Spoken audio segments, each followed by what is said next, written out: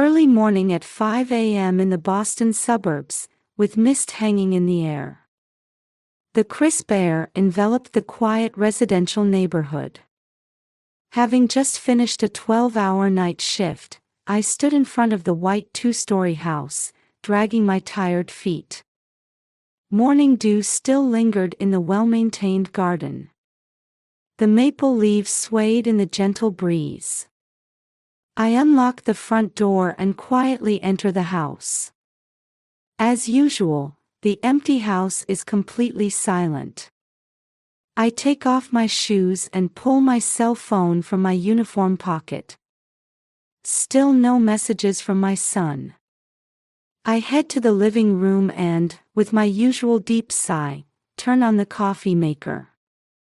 The sound of grinding beans echoes through the quiet house. While waiting, my eyes naturally drift to the photographs on the wall. The last family photo we took 5 years ago, on Ethan's 15th birthday.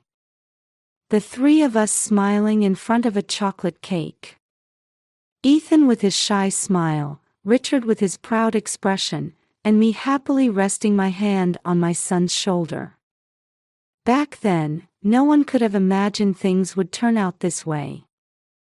I'm Sarah Mitchell, a nurse with 13 years of experience in the emergency room at Boston General Hospital.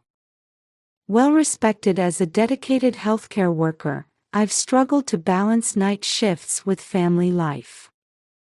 Known for my gentle personality, I'm trusted by my colleagues. I made sure to spend every holiday with my son.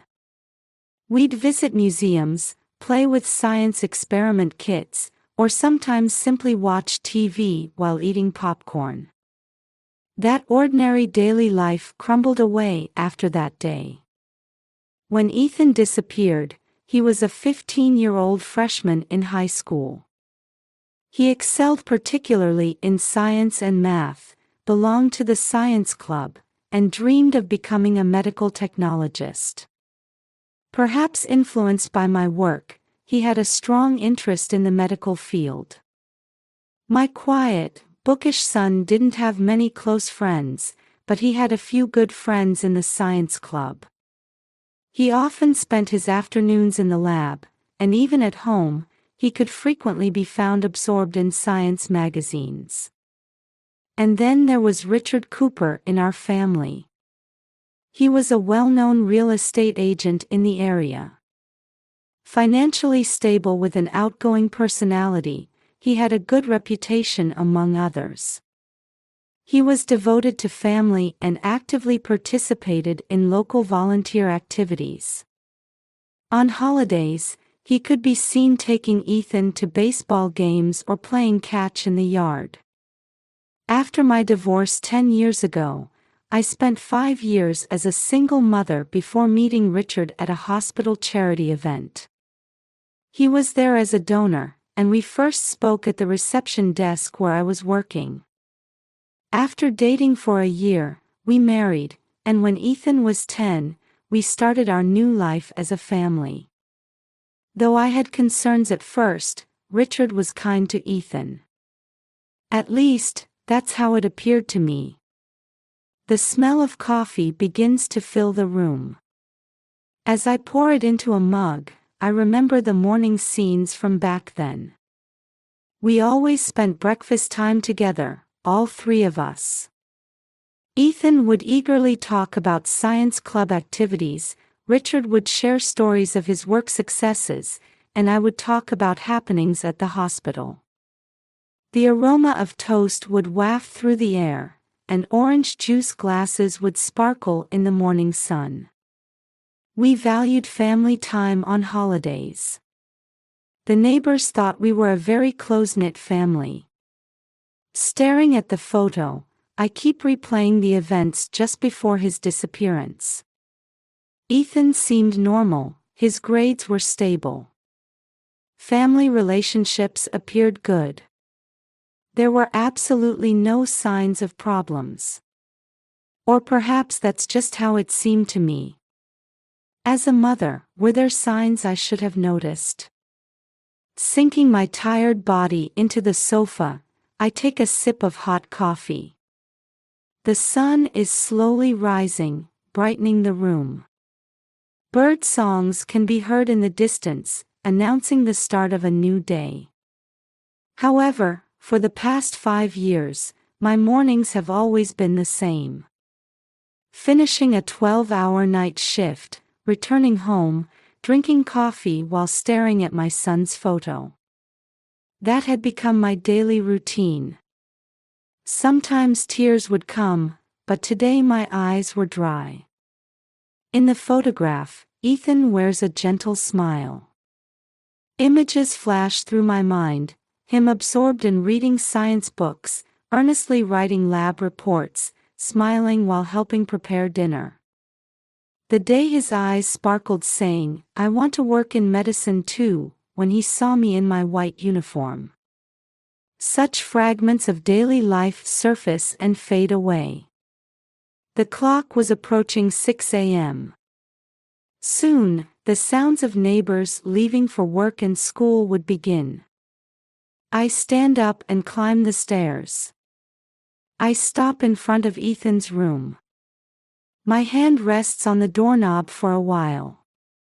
Today, like yesterday, silence fills the room. The bed is neatly made, textbooks are stacked on the desk. His experiment notebook is written halfway through the last page, with a fountain pen resting on top. The space seems frozen in time, as if Ethan could return at any moment. The morning sun streaming through the window bathes the room in a golden hue. A new day is about to begin.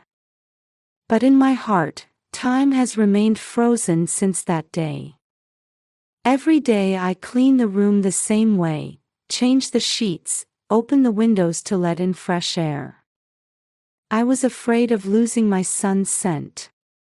On top of the dresser stand the trophies Ethan won at science fairs, gleaming gold without a speck of dust.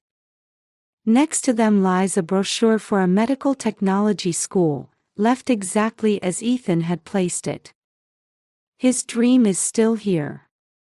That day was an ordinary Monday morning.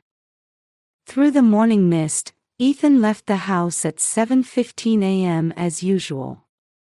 I was on day shift, so I could have breakfast with my son.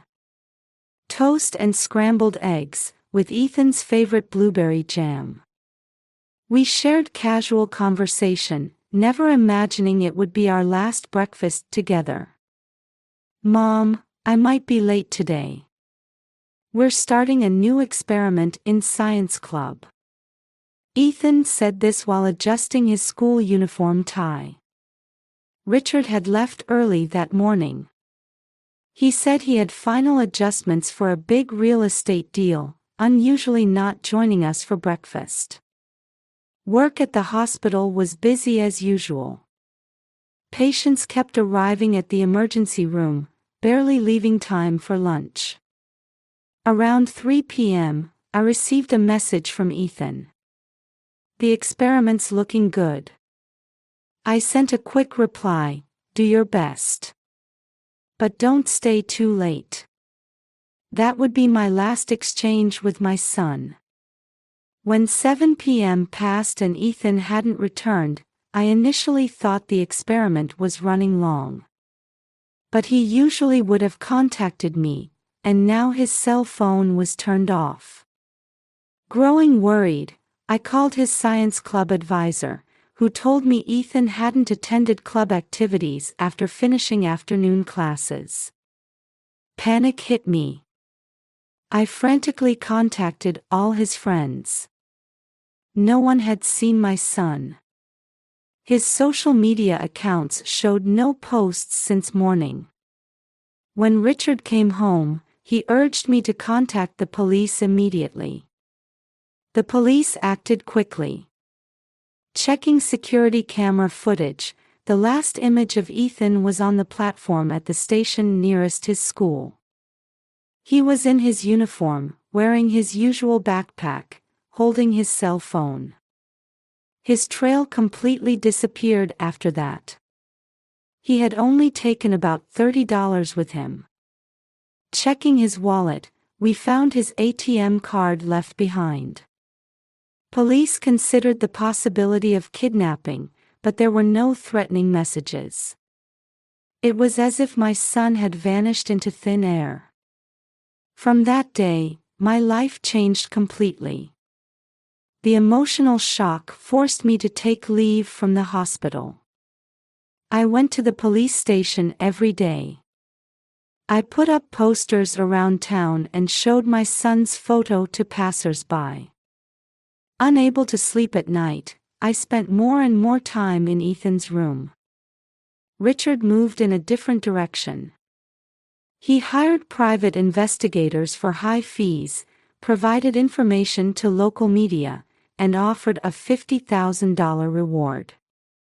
He set up a dedicated website and called for community cooperation. On the surface, he showed the image of a devoted father. However, after several weeks passed, even the smallest leads began to dry up. There was no activity in bank accounts, no new traces on social media. Information from friends gradually stopped coming in. The school held a memorial service. The church held special prayer meetings every Sunday. Local volunteers continued search efforts, and classmates helped on their days off. Local news programs ran special features. Everyone was searching for my son. After a year passed, regular search activities naturally dwindled. Though I returned to work, I couldn't work with the same energy as before. Still, I continued to preserve Ethan's room exactly as it was. On his 16th birthday, I bought a cake and placed it in his room alone. The same for his 17th and 18th birthdays. Waiting for my son's return had become my new normal. After 3 years, the police began treating it as a cold case. But I couldn't give up. I regularly held press conferences and continued sharing information on social media. I built a relationship with an organization supporting missing children. On my way home from night shifts, I find myself staring intently at young men on the streets. When I spot someone with a build similar to Ethan's, I sometimes end up following them. And each time, when I realize it's someone else, I'm hit with a new sense of loss. Richard continued to show outward cooperation with the search efforts. But something felt off. I couldn't quite put my finger on it. I just couldn't shake the feeling that there was some hidden shadow behind my husband's kindness. The calendar on Ethan's desk remains unturned since that day. While the clock hands keep moving, this room alone remains trapped in time from 5 years ago. The room, kept dustless by daily cleaning, has an surreal air about it, like a model room. But I couldn't give up hope. My maternal instinct told me Ethan was safe. Someday, the truth would surely come to light. Until then, all I could do was wait. Time passed, and 5 years had gone by. As the seasons changed from autumn to winter, cold winds began to blow through Boston. As maple leaves fell in their autumn colors, I continued my shift work, including night shifts as always. Perhaps I was trying to fill the void in my heart by immersing myself in work. The bustle of the emergency room actually helped calm my mind. Ethan's room hadn't changed at all since the day he disappeared. The dustless space maintained by daily cleaning was like a time capsule preserving that moment from 5 years ago. The calendar on his desk still showed 2019, with Ethan's last penciled note, "Science Club Experiment," faintly visible. Textbooks remained open to their last pages. Even a half-drunk water bottle stayed in its exact position. Every 15th of the month, I would routinely visit the police station. Even though I knew there was no new information, I kept up this habit. The detective in charge had changed 3 times, but I couldn't give up. With each visit, I could painfully see how the police officers' gazes grew more sympathetic. Richard had become absorbed in his work. His reputation in the real estate industry grew year by year, and he was rarely home. Even when we did see each other, conversation was minimal. "How's work?" "Fine." "I see." That was the extent of our exchange. A heavy atmosphere constantly hung over the house. Though we maintained the appearance of a normal couple on the surface, the emotional distance between us was definitely growing. Opportunities to share meals together decreased, and I often ate alone. I still couldn't break the habit of setting the table for 3. The unused dishes reflected light emptily. That day was an ordinary Tuesday afternoon. As I was trying to get some sleep before my night shift at the hospital, the phone suddenly rang. Seeing the police station number on the display, my heart leaped. It wasn't the usual 15th of the month check-in. A slight hope flickered at this irregular contact that would normally cause worry. "Mrs. Mitchell." The detective's familiar voice. But something was different. There was an unusual tension in his tone. "Someone in prison wants to meet with you." When I heard those words, I felt strength drain from my entire body. My mind went blank, and for a while, I couldn't speak. My hand gripped the receiver so tightly I could hear the plastic creak. Could it be? I couldn't even find the courage to finish that sentence. A mixture of hope and anxiety swirled within me. My heartbeat echoed in my ears, and surrounding sounds grew distant. The detective's explanation was minimal. "A meeting at the Massachusetts Youth Detention Center. Tomorrow at 2 p.m. He said he couldn't share more information over the phone. That reluctance suggested something serious was being withheld. I couldn't sleep that night. I quickly found someone to cover my night shift. I spent until dawn in Ethan's room, touching each of his belongings while contemplating tomorrow's reunion. I stroked the spines of his favorite books, touched his uniform buttons, traced the letters on his certificates with my finger. Everything was exactly as it was 5 years ago, yet everything looked different. When morning came, I stood frozen in front of the mirror.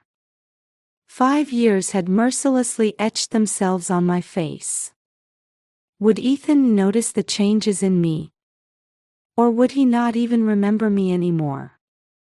The next day, in the car heading to the detention center, my hands wouldn't stop shaking.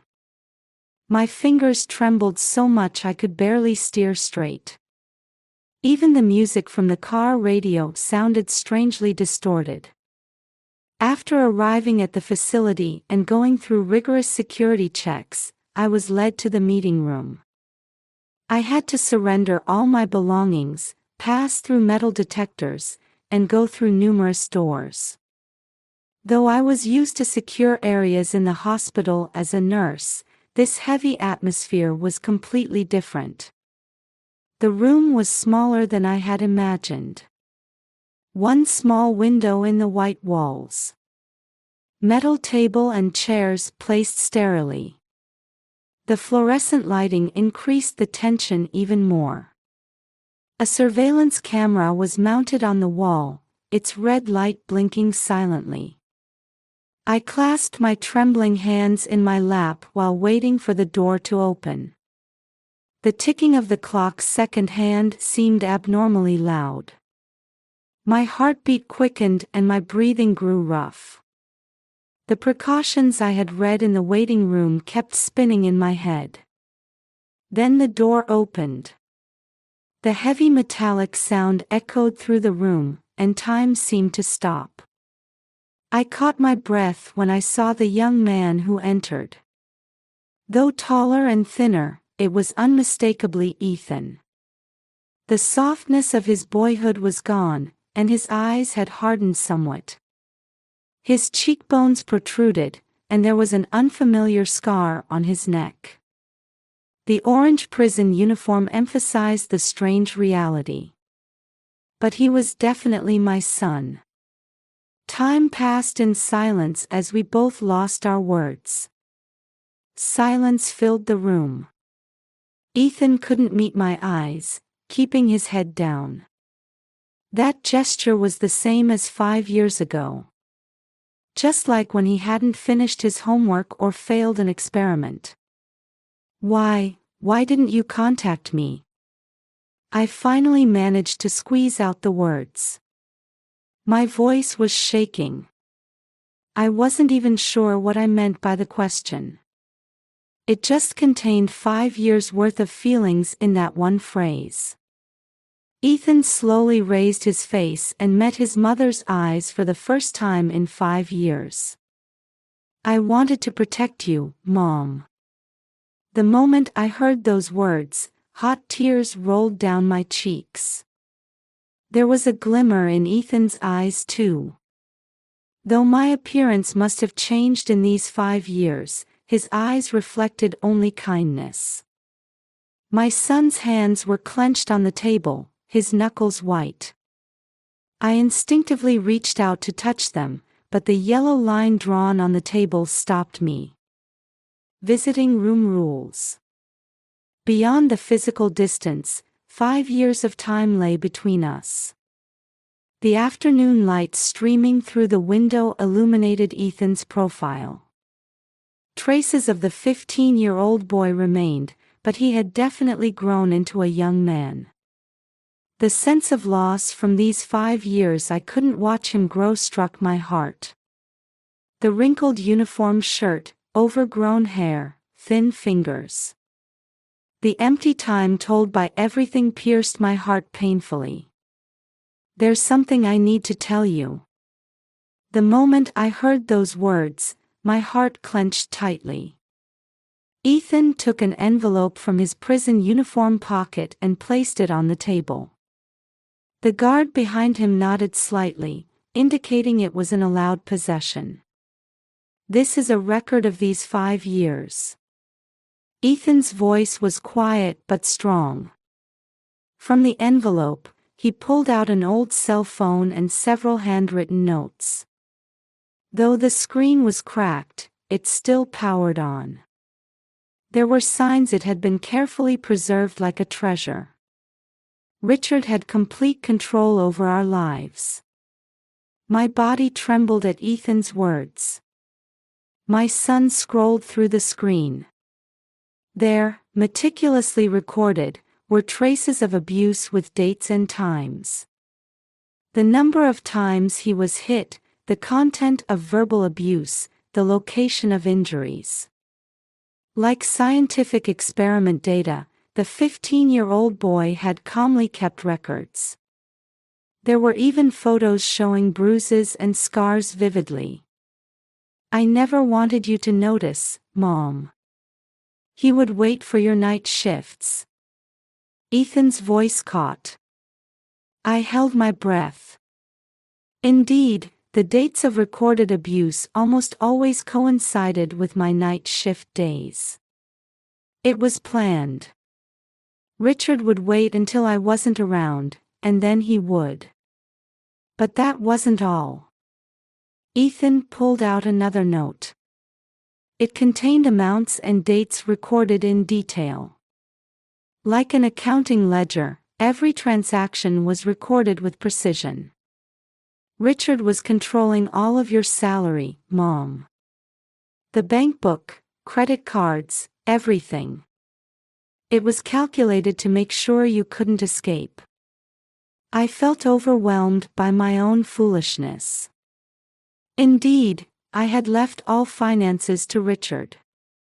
At his suggestion, my salary was automatically deposited into a joint account. I believed that was what family bonds meant. The day I ran away, I made a decision. Nothing would change if I just endured it. But if I was going to run, I needed evidence. Evidence to expose Richard's true nature. Ethan began living on the streets of Boston from that day. He met other runaway teens and survived with their help. He even shoplifted to eat. But it didn't end there. 6 months later, I got caught up in a robbery. Ethan's voice trembled.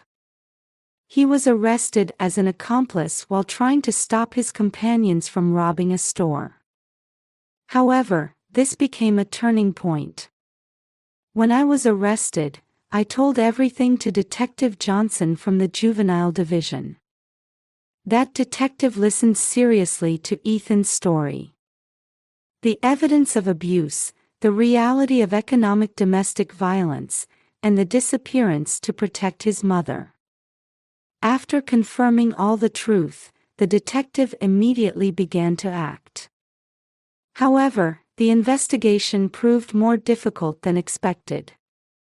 Detective Johnson explained why. Richard Cooper's influence far exceeded our imagination. The detective continued with a stern expression. He wasn't just a real estate agent. He was a central figure in Boston's redevelopment projects, with strong connections in political and financial circles. He had collaborators within the police force, and our investigation was constantly monitored. The first year was a battle against internal information leaks. Detectives assigned to Ethan's case would suddenly be transferred, important evidence would mysteriously disappear. The investigation team had to be reorganized with a small number of carefully selected, trustworthy members. In the second year, moves to obstruct our investigation intensified. Detective Johnson opened a thick file. Cooper cleverly manipulated Ethan's disappearance. While playing the role of a devoted father searching for his beloved son, he was behind the scenes destroying evidence. Richard frequently appeared in the media as a father searching for Ethan. He offered a $50,000 reward, hired private detectives, and held press conferences almost weekly. From the outside, he appeared to be a father desperately searching for his son. Those well-meaning actions were actually severely hampering our investigation. The detective's expression turned bitter. The private detective he hired was actually a former police officer, serving to monitor our movements. The reward money information was just noise to drown out real information about Ethan's whereabouts. In the third year, even more clever interference began. Richard had invited police executives as investors in his real estate development projects, creating conflicts of interest to pressure the investigation. In the fourth year, we finally saw a breakthrough. Detective Johnson pulled out new documents. Cooper's former secretary provided whistleblowing testimony. Falsified accounting documents, witness testimony of domestic violence. It was decisive evidence. However, it took time to obtain that testimony. The former secretary feared retaliation from Richard. The police prepared a witness protection program and carefully drew out the testimony. And the final year was spent solidifying all the evidence. The detective showed a timeline diagram. Cooper's crimes go beyond domestic violence. Organized fraud, evidence destruction, obstruction of justice. Meticulous preparation was needed to prove everything. But why didn't you tell me? Ethan answered my question. If I had contacted you, Richard would have noticed immediately. Then all the evidence would have been destroyed. We knew we needed perfect evidence to bring Richard down. And yesterday, finally all preparations were complete. At 5 a.m., over 100 investigators moved simultaneously. Richard's home, office, warehouse, related companies. Search warrants were executed simultaneously, and decisive evidence was seized one after another. Richard tried to contact his collaborators within the police force, as predicted. However, those phones were already tapped. It only added new evidence of obstruction of justice. "Mom, I'm sorry." Tears fell from Ethan's eyes for the first time. "But I wanted to protect you. I wanted to free you from Richard's control. That's why I made you wait 5 years." Just then, the bell announcing the end of visiting hours rang. Ethan stood up and looked firmly into my eyes one last time. "It's okay now, Mom." Those words contained 5 years of feelings. The next day's newspapers widely reported this case. Prominent real estate developers' continuous abuse revealed. 15-year-old boy's meticulous 5-year records proved decisive. Allegations of bribing police executives. Systematic evidence destruction scheme exposed. It sent shockwaves through the local community. Richard's double life as a supposedly good businessman. 5 years of pretending to be a devoted father searching for his son. And the courage of a boy who risked his life collecting evidence to expose it all. I submitted a leave request to the hospital. "We need to start a new life now." The evidence Ethan desperately gathered. His courage. And the police who carefully prepared to protect us. All the truth is gradually coming to light. It was an ending, but also a beginning. 3 months have passed since then. In the Boston suburbs where maple leaves beginning to turn color sparkle in the morning sun, we started living in a new apartment.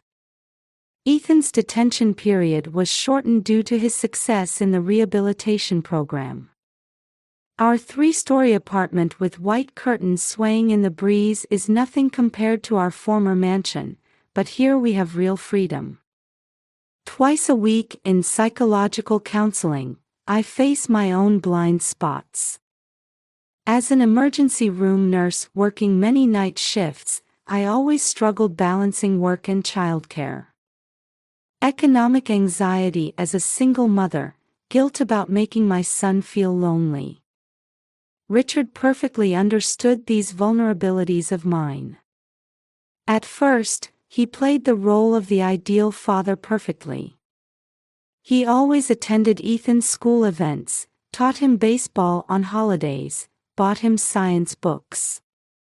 He showed understanding for my night shifts, encouraging me saying, "Your work is important." I had no room to doubt his kindness. "Leave the finances to me." The control began with those words. My salary was automatically deposited into a joint account, and all spending was under Richard's control. Under the beautiful name of Family Trust, my economic freedom was gradually taken away.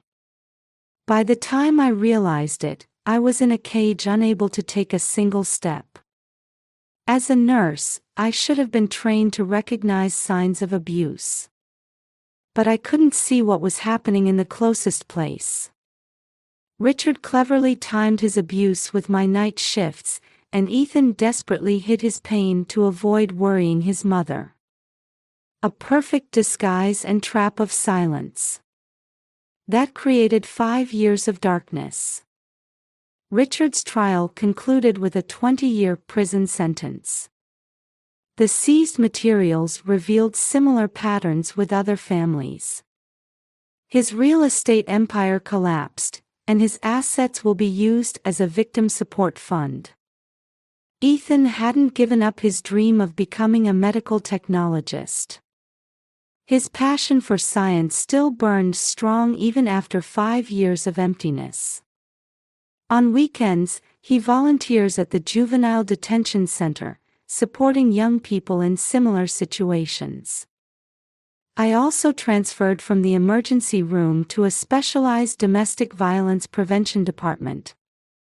I'm working particularly on creating guidelines for early detection of economic domestic violence, to rescue people suffering in similar situations earlier. That has become my new mission. Breakfast time is now our happiest moment. The aroma of coffee Ethan brews, the toasted bread, morning sunlight streaming across the table. Casual conversation flows, sometimes followed by silence. But that silence no longer holds any heaviness. "Mom, looks like it'll be another beautiful day." As I nod to Ethan's words, I look out the window.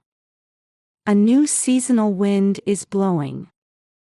Indeed, 5 years took many things from us. But it also gave us new things. Strength, gentleness, and above all, hope. Difficulties will surely come in the future too.